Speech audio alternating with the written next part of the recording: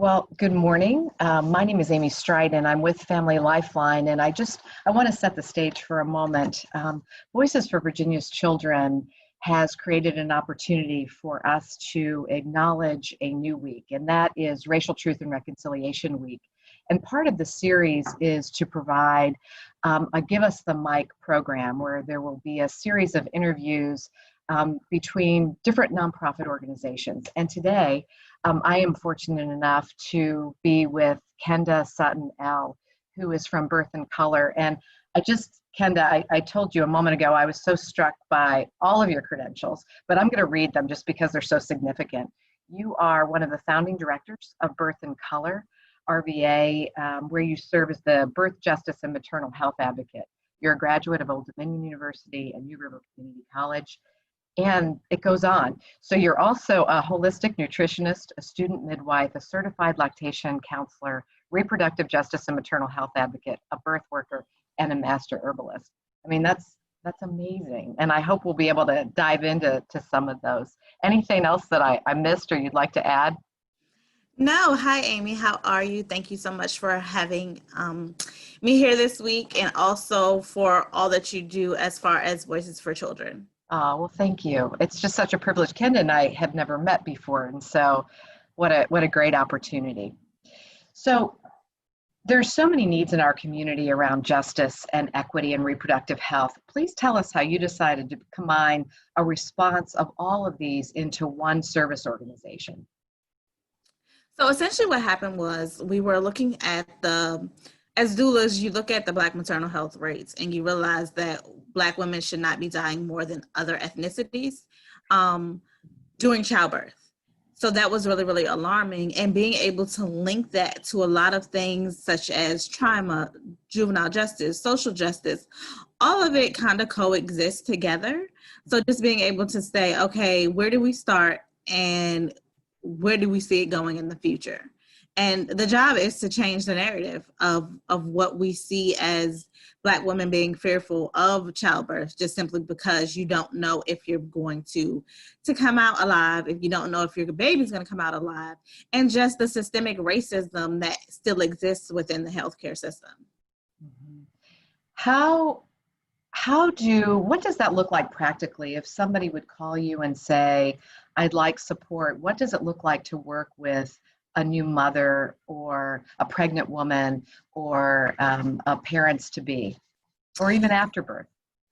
So for me, I'm extremely excited every time I get a new mom who knows what she wants, knows exactly what's going on and why she's even hiring a doula. Simply because sometimes you get into the like, okay, I know this is trendy, so I want a doula, but not really know exactly the details of it. So being able to empower them, educate them on the different options that they do have that they don't know about is extremely fulfilling as someone who's assisting them. Talk to us about the benefits of having a doula, because it's a very special relationship.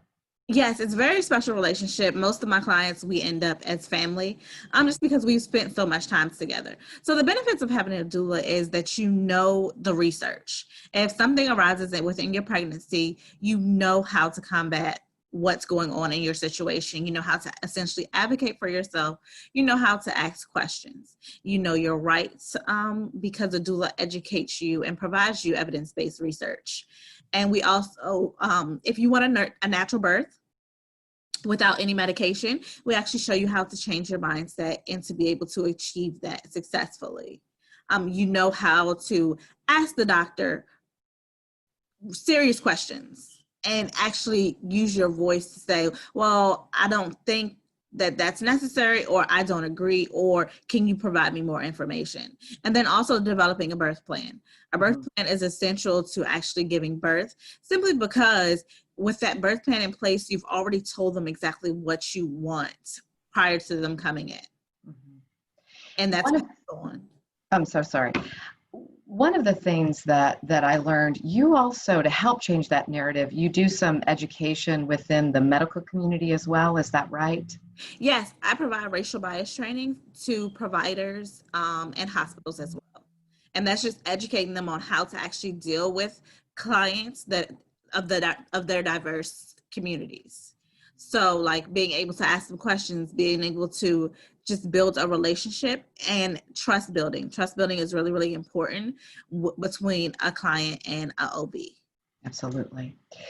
So, unfortunately, not everyone who sees this video will be aware of the health disparities that not only occur in Richmond, but nationwide. Some may have started to become more aware because of all the information that's coming out around COVID-19. But what we know is that there are disparities among maternal health outcomes too. Can you talk a little bit about that and how that impacts people? Yes, so the disparities between the maternal mortality rates are extremely high. Black women are 3 times more likely to die than white women during childbirth. And a lot of people like to link it back to low income, or they don't have access, but you see that it's happening to celebrities. You see that it's happening to wealthy women as well as low income women. So you have to be able to take your hat off and look at racism as one of the factors. You have the infant mortality rate, where children are 2 times more likely to die. Black children are 2 times more likely to die during birth. And it's, most of the people say, oh, it's underlying conditions. And I had to, like, even doing a racial bias training the other day, I had to say, well, not all Black people have underlying conditions, but that's the stigma, and that's what the media pushes, is we all have underlying conditions. And I know if you look at the data and the research, it shows you that the same conditions that a Black woman who died because of the maternal mortality rate, there's white women who had the same issue. Mm-hmm. It's that it was properly addressed versus the Black woman who is just get overlooked because it's shown that, oh, she's strong, or she's just whining, oh, that just happens, it's your first pregnancy, that just happens in birth. And what I try to teach providers is that no patient is the same. Right. Just like with nutrition, no patient is the same. You can't treat everyone the same way. So you need to look at the actual makeup of that person instead of just passing it off. I have to tell you, I really respect that. We talk a lot about person-centered care here, and it really does start with the individual and how important that is, and that people are heard, and that every piece of care is really centered around what their needs and wants are. So we talked some about you mentioned racism. How does historical trauma feed into health disparities? How does that show up, and why is it so important to do the work that you do for that reason? So the historical trauma is that Black people have never been treated fairly, especially with the healthcare system. We've always been looked at as experiments because they want to experiment how our body works, which is really, really funny sometimes, because I'm like, what do you mean? Right. I mean, we have different elements, yes, but essentially, if you go by blood type, which is science, it's all identifiable. Mm-hmm. So, and then if you go back to MCV Richmond and the history of Richmond, and how I'm not sure if you've seen the documentary by Sean Utzi of The Well Runs Dry. I actually went to VCU the day that they were really acknowledging. Yeah.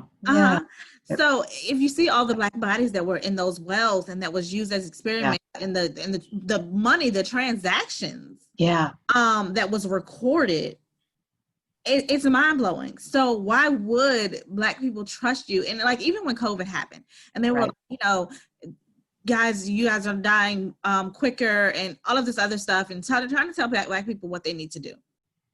Essentially, I don't trust you anyway. So why am I going to listen to anything that you have to say?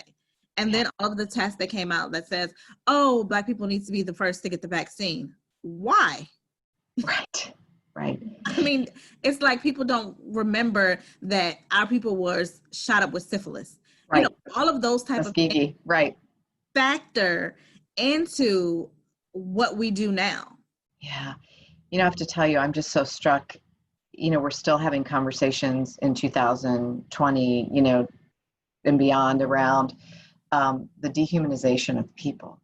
And it's just stunning to me. And I think what you're referencing is exactly that. I mean, it's treating people differently because of race, and some really horrific things have happened in the medical community.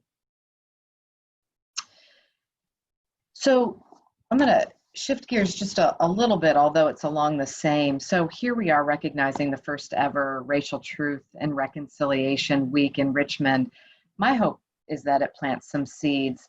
What fruit do you hope this might bear in our future as a Richmond community?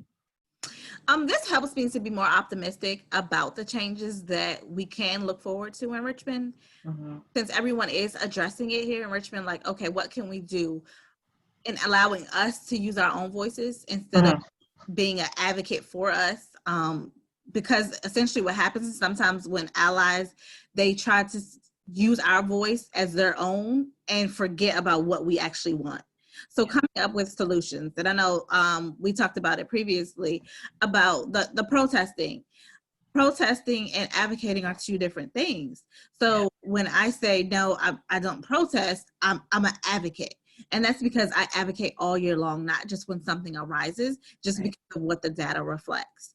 And you have to be able to say what solutions you want versus just out there just saying, okay, this is what we need. I mean, just bashing the community. You have to be able to say, okay, well, this is what we want. We're not going to stop until these items are addressed. Having an agenda, you'll come out a lot better in the long run. And so that's what I typically like to have, is like some type of solutions to addressing the problems where we go from step one to a finish line. So along that line, so here you and I are, you a Black leader in our community, me a white leader in our community, both female. What's significant about people of different races coming together to have hard conversations, and how is that challenging? And what are some of the benefits in doing so? So some of the challenges is sometimes other ethnicities don't know their barrier and don't know where the line draws sometimes. They want to be looked at as the savior instead of the helping of the voice. And the benefits is white fragility actually exists. So some people are going to listen to you versus actually listening to me because you're white. And as crazy as that sounds, that's actually what happens. So typically when we have like a great ally, we're like, okay, this is what you need to be educating and this is what you need to be speaking on, because your people are going to listen to you. Ideally, with all of the historical medical trauma that's going on, my people are going to listen to me versus listening to you because they trust me. I appreciate you answering that question. I mean, I referenced this earlier. We hadn't met until this week, and so we don't have a time on our side to build a trusting relationship. So I do appreciate that. I'm hoping that we and others will have more conversation. I think that will be helpful to all of us in this community. Especially. Yeah, I definitely agree with you on that. That more conversations need to be had, and a lot of things need to be addressed so that we actually can see where we're going. Yeah. I recently had the opportunity to listen to a podcast between Austin Channing Brown and Brene Brown, and I can't recommend it enough for a variety of reasons. Especially, it was specifically highlighting Austin Channing Brown's book that's been out and has really gotten a lot of attention. But part of what they talked about is despair, and despair, feeling like tomorrow won't be different than today.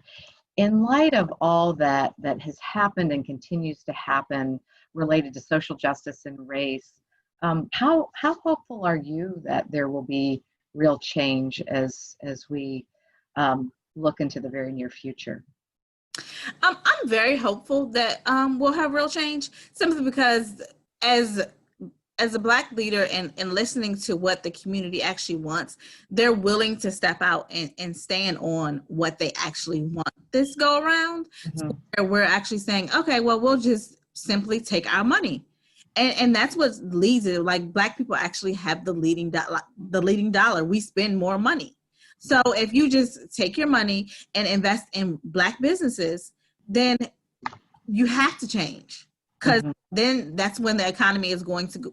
Everyone now is saying buy Black. Yep. Here's the list of Black businesses and stuff like that. So being able to use economic power to get what we want. I'm very optimistic about that because more people are more conscious of what they actually purchase, the needs versus the stuff that they don't really need, and not allowing the media to be able to influence their dollar or their power. Yeah, absolutely. So we started talking about your work, and I am so struck by all that you do. I will tell you, I was telling Kenda this. I was really excited when we got matched because we at Family Lifeline very much respect birth in color, and we know that your work is important and it's necessary and it's hard. So, what are some of those things you do to take care of yourself? So I have a wellness center at Lothian. So I take self-care very, very seriously. Some days I will just check out and say, hey, I'm not doing anything today because it's time to take care of me. So essentially what I do is I'll get massages. I make sure that my nutrition is well. I'll try like different things, such as like sea moss, superfoods, stuff like that. I do have a sauna, so I'll get in there. Oh, nice. I'll go get a facial done by the esthetician. Things like that. I'll do. I'm not sure if you heard V steams. All of those type of things. What is the V steam? It's called a vaginal steam. It actually helps to your reproductive area. Gotcha. So typically things like that is all in my self-care. Like even me getting my hair done, like me actually taking my hair out, getting it done. I love when someone else washes my hair. It's therapeutic to me. Sometimes I'll do exercise. I'll go running and just walking, stuff like that to release some stress. It definitely helps. Nice. So like once a week, I want to say I have Sundays is typically my self-care day. I'm going to channel you in what you just said because I think we could all learn from what you said. So thank you for that. Did I miss anything, or is there anything you'd like to highlight or say to this audience? I think you actually really, really great questions. I would say continue to fight for justice, continue to be the ally that you have been, continue to allow us to elevate our own voices, which is extremely important. Continue to address the situations when you're dealing with your own people, simply because that helps us to get to where we need to actually go, and continue to talk about the solutions. That's terrific. You just reminded me in what you said. So John Lewis is this giant, and he is a hero of many people. And some of his last words were "March on." And I think you just captured that beautifully. So thank you. I will end by saying, so Family Lifeline will highlight birth in colors information for a specific day next week. I think we have August 4th. And so Kenda will be providing us with information. So you will get an opportunity to hear more about birth in color and Kenda's work.